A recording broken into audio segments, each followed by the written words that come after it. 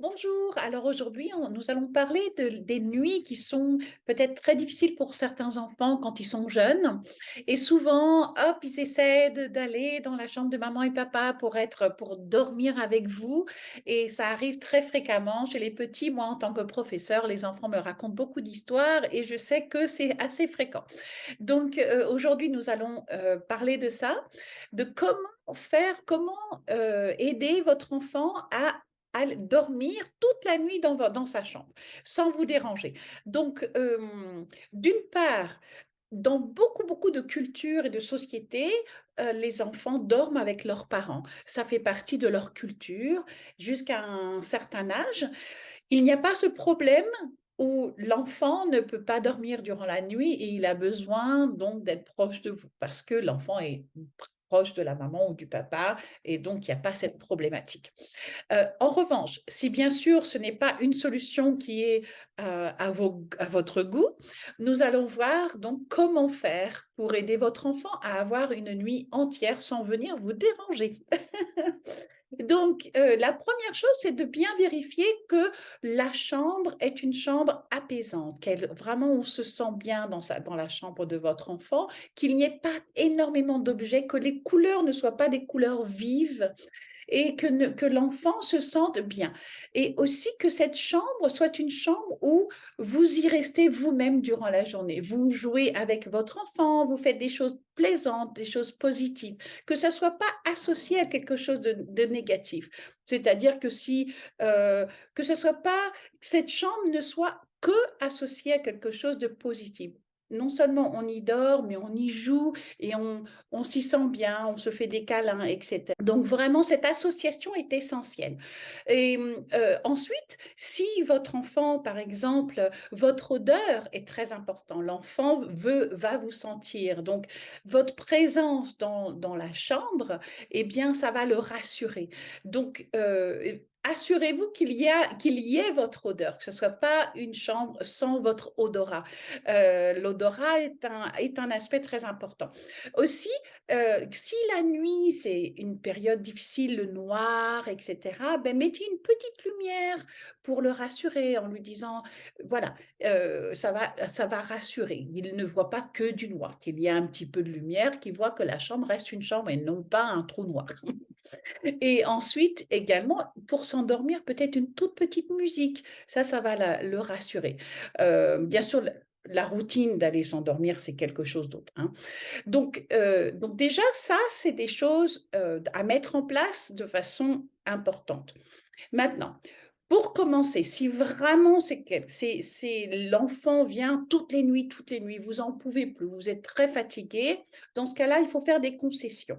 Et l'une des options qui a été recommandée par beaucoup de thérapeutes pour le sommeil pour les petits, c'est de mettre un matelas près de l'enfant, près de son lit, et pendant 3 jours, une semaine, voire même 2 semaines, parce qu'en fait, dans le cycle de l'enfant, quand il se réveille dans la nuit, il a juste besoin d'un tout petit peu de rassurance et hop, il se rendort très rapidement. Donc, si vous êtes là juste au moment où il se réveille, vous pouvez juste lui caresser les cheveux, lui juste le rassurer que vous êtes là. Et dès qu'il se sent rassuré, puis s'assurer aussi qu'il n'a pas soif, peut-être que sa couche est remplie, etc. Donc, dès qu'il se sent rassuré, il va se rendormir dans un sommeil profond et il va se rassurer. Donc, à chaque fois, il va y avoir cette présence. Vous voyez, donc en fait, il va se sentir de mieux en mieux dans la chambre, il va sentir qu'il est de plus en plus rassuré, et progressivement, donc, vous allez lui expliquer aussi, bien expliquer que maintenant vous avez bien dormi, qu'il se sentait mieux dans la chambre, etc. Et de bien lui expliquer que vous allez retourner dans votre chambre parentale et que quand vous allez retourner dans votre chambre parentale, vous allez, s'il se réveille durant la nuit, vous allez le remettre dans son lit, mais vraiment l'expliquer sans se mettre en colère quand il se réveille la nuit, vous en avez marre, parce qu'en fait, tout ça, ça va augmenter l'anxiété de votre enfant et vous, ça va vous énerver, vous n'allez pas pouvoir vous rendormir. Donc, ça peut être un cercle vicieux aussi. Donc voilà. Et donc, en fait, vous avez fait ça pendant une petite semaine, vous l'avez bien expliqué de façon positive et claire et ensuite vous retournez dans votre chambre et là, donc vous commencez dans l'espoir qu'il puisse vraiment dormir complètement toute une nuit et donc là, si il se réveille durant la nuit, toujours vérifier qu'il a pas soif, que sa couche n'est pas remplie et cetera. Peut-être qu'il y a un besoin concret.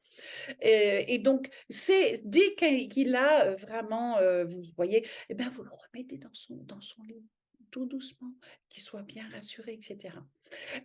Et donc voilà, donc vous faites ça, vraiment soyez consistance, la consistance, la patience, vraiment soyez très patient parce que ça peut durer longtemps.